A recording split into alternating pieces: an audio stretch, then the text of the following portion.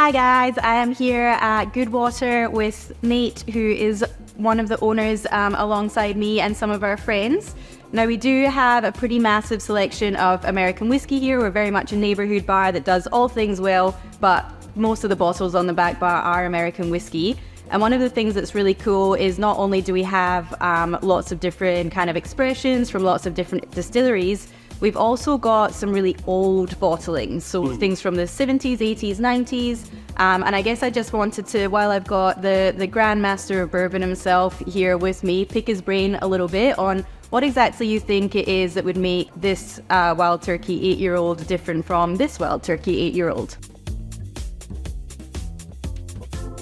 It's interesting, and I have had the privilege of speaking with Eddie Russell specifically about this bottle versus that bottle. Yeah. And he was so excited to talk about it with me. I was a little nervous asking the question, but there's some really big flavor differences firstly, and that comes down mostly to environment and a couple of production changes. So super top line.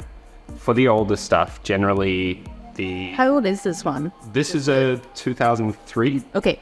And this is a 2023, so there's 20 years between them. Yeah, which is wild that 2003 was that long ago, but... Terrifying. Yeah. Yeah, there's a couple of big differences. Firstly, you can sort of see it.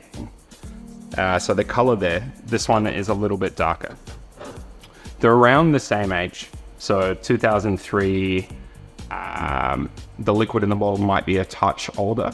That's just relative to supply and demand.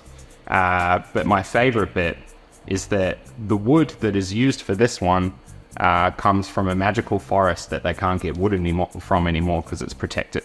The forest itself was low in a valley with very high density of trees. A high density forest, I suppose. So lots and lots of trees.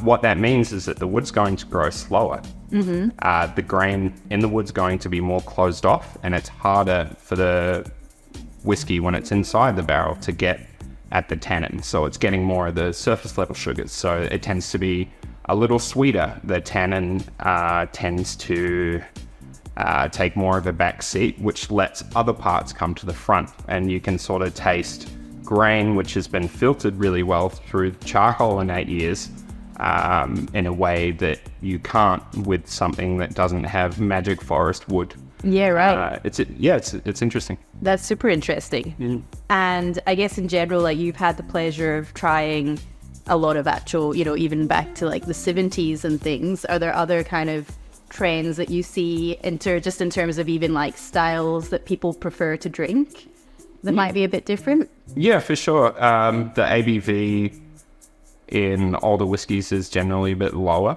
Cask strength wasn't really a thing until the 80s in American whiskey. Distillers trying to get bang for buck, and the palates were sort of just a bit different as well, I think, relative to that sweetness and smoothness, if you will. Yeah. That was more prominent, whereas today people want to have their socks blown off sometimes. But look, not all dusty whiskey is good. It's really hit and miss. And I honestly don't think anyone can 100% guarantee it tastes exactly the same when it went in the bottle as when it comes out. I've spoken to people and asked them. Eddie Russell himself said, yeah, that tastes like the day I put it in. But people change, and their palates change, and it changes every 20 minutes even. Yeah. So it's hard to say. So maybe not something that you'd necessarily be able to find super easily, but obviously anyone in Melbourne, please pop into Goodwater, and anywhere kind of elsewhere, try and see if there's any specialty bars that are maybe doing this, where you have like a few kind of older bottlings, and you can treat yourself and try a little bit of history. 100%. I think as well, if you're going on a long drive and you see a bottle shop that maybe looks like it's been around a while in a country town, it's a pretty good dopamine hit, ducking in and checking and finding something.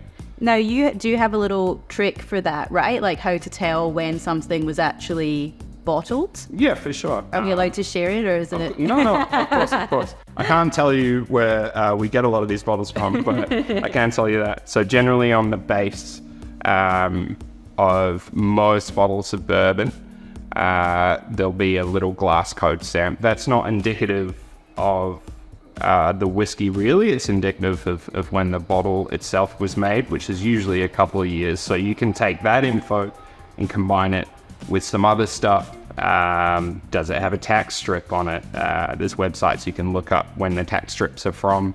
Is it in fluid ounces? Are there government warnings? That's a really, really clear-cut one. If it doesn't have a government warning on it, it's definitely before a certain date. Because it used to be fine for pregnant women to drink. 100%. And it can be awkward standing in a shop Googling stuff and then you feel a bit rude. But for us, if we catch something cheap, we sell it cheap. We want to share it. We love it. Don't flip them. I'll find you. So there you have vintage American whiskey. So now you know.